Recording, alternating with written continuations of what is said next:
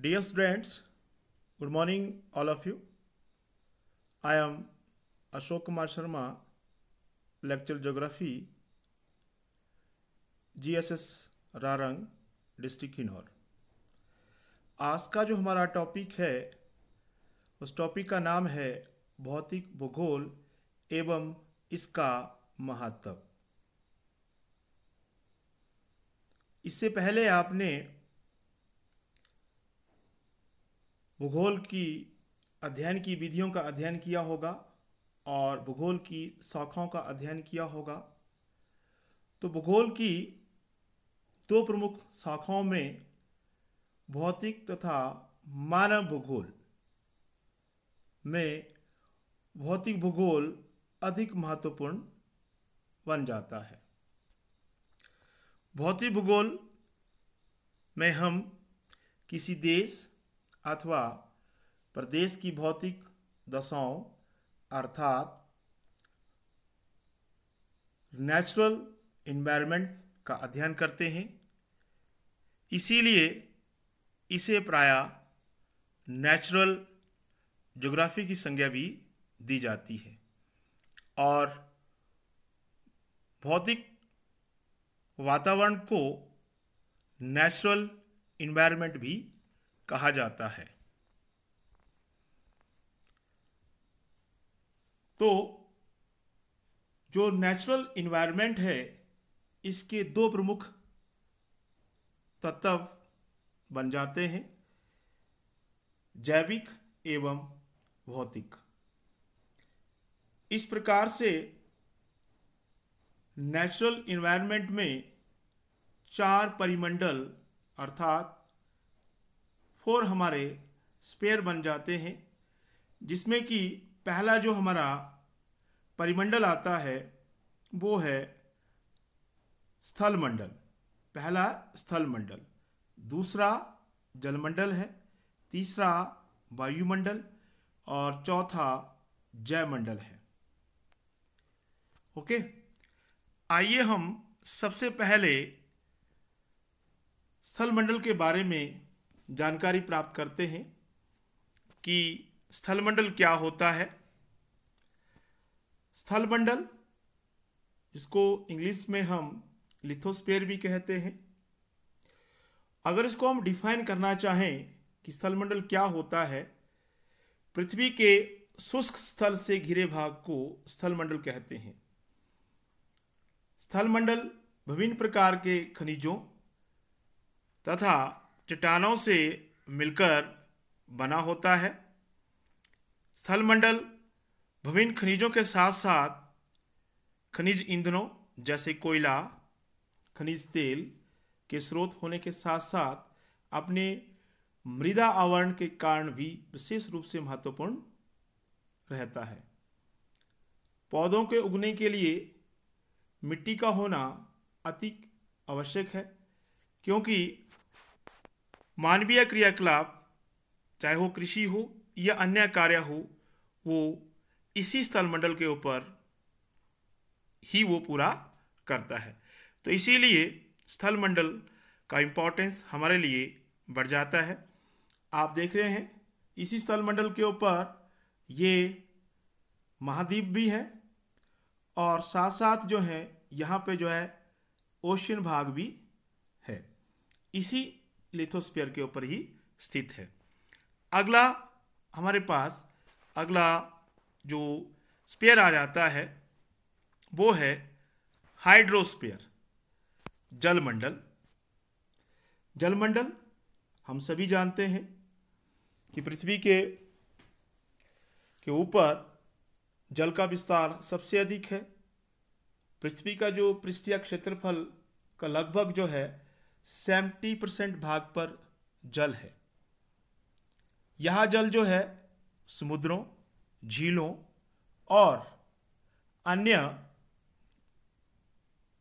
जल समूह से ही पृथ्वी पर जलमंडल का निर्माण होता है, जो कि हमारे लिए बहुत ही इम्पोर्टेंट है। इम्पोर्टेंट क्यों है कि जितने भी मौसम संबंधी जो प्रक्रिया हैं वो जलमंडल के द्वारा ही निर्धारित जो है वो रहती है। और इसमें हाइड्रोस्फीयर का बहुत ही ज़्यादा रोल रहता है। हाइड्रोस्फीयर आप इस चित्र में देख सकते हैं। हाइड्रोस्फीयर को जो है, क्योंकि समुद्र का जल हो या फिर नदियों का या झीलों का, इनमें जो वाष्पीकरण होता है वही वाष्पीकरण जो है जाके वर्षा के रूप में हमारी अर्थ की तरफ आता है, जिससे कि अनेक प्रकार के पेड़ पौधों, जीव जंतुओं के लिए वो बहुत ही इम्पोर्टेंस रहता है। इसके बाद आगे हम देखें, नेक्स्ट में हम देखते हैं, हमारा नेक्स्ट में है वायुमंडल। अब इसमें देखेंगे कि वायुमंडल क्या होता है। वायुमंडल, किसको वायुमंडल कहा जाता है, वायुमंडल क्या है। तो वायुमंडल गोलाकार पृथ्वी के चारों ओर पाए जाने वाले वायु के आवरण को वायुमंडल हम जो है वो कहते हैं। आप इस चित्र में देख सकते हैं, यहाँ पे ये अर्थ है और इसके साथ साथ ये वायुमंडल, पृथ्वी का वायुमंडल है, जो पृथ्वी को चारों तरफ से जो है हो एक ब्लैंकेट की तरह, अर्थात एक कंबल की तरह जो है उसको कवर किया हुआ है। साथ में सौर विकिरण तथा पृथ्वी से बाहर जाने वाला विकिरण वायुमंडल द्वारा ही प्रभावित होता है। वायुमंडल में ही पवनों का जन्म होता है, वर्षा होती है, जितनी भी मौसम संबंधी प्रक्रियाएं हैं, चाहे वो ऋतु में परिवर्तन होना या फिर बारिश का होना, ये सभी जो है इस वायुमंडल में ही घटित होता है। और इसीलिए ये वायुमंडल हमारे लिए बहुत ज़्यादा इम्पोर्टेंस बन जाता है। इसके बाद हमारे पास अंतिम जयमंडल आता है। सभी जानते हैं जयमंडल क्या होता है, फिर भी हम यहाँ पे सभी जीवित प्राणी के जो रूप होते हैं, चाहे वो वनस्पति हो या जीवों का साम्राज्य हो, जिस भाग पर जीव निवास करते हैं उसे हम क्या बोलते हैं, उसको बोलेंगे हम जो है जैवमंडल, अर्थात अर्थ बायोस्फीयर के नाम से वो जाना जाता है। और जैवमंडल की मोटाई 2.5 किलोमीटर और इसका विस्तार समुद्र तल के नीचे 11 किलोमीटर तथा पृथ्वी के ऊपर 17 किलोमीटर तक है। और इस प्रकार का जीवन इस मंडल में ही पाया जाता है, चाहे वो सूक्ष्म से सूक्ष्म जीव प्राणी जगत हो, पेड़ पौधों के रूप में हो। अधिकतर जीवन जो है जल, धरातल, वायुमंडल के नीचे वाले भाग में ही पाया जाता है। तो ये जिसके मनुष्य भी, हम भी उसके जो है एक भाग है, जिसमें हम जैवमंडल में ही रहते हैं। आप देखिए बायोस्फीयर, तो इसमें biosphere is the global ecological system integrating all living beings and their relationship, usually defined as the thin outer layer of the each capable of the supporting life। आप देख सकते हैं यहाँ पे इस डायग्राम में जो है, इसमें चारों स्पेयर दिखाए गए हुए हैं।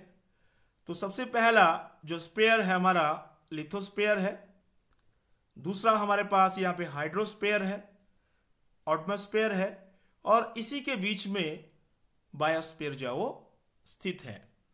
और इसी में जो है सभी जीवों, चाहे वनस्पति हो, वो सभी जो है इसी परिमंडल के तहत जो हो, आप ऑलरेडी इस डायग्राम में देख सकते हैं कि सभी जीवों का समूह हो या वनस्पतियों का समूह हो, इसी परिमंडल में पाए जाते हैं।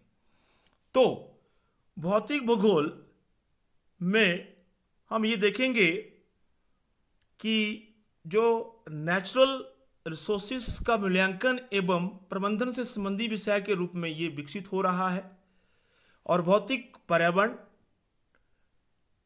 संसाधन प्रदान करता है तथा मानव इन संसाधनों का उपयोग करते हुए अपना आर्थिक एवं सांस्कृतिक विकास सुनिश्चित करता है। तकनीकों की सहायता से संसाधनों के बढ़ते उपयोग ने विश्व में जो इकोलॉजिकल इनबैलेंस है वो उत्पन्न कर दिया है।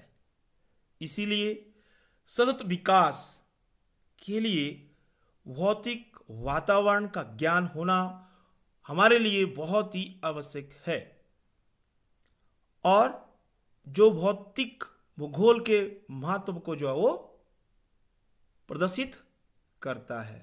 Thank you, have a nice day.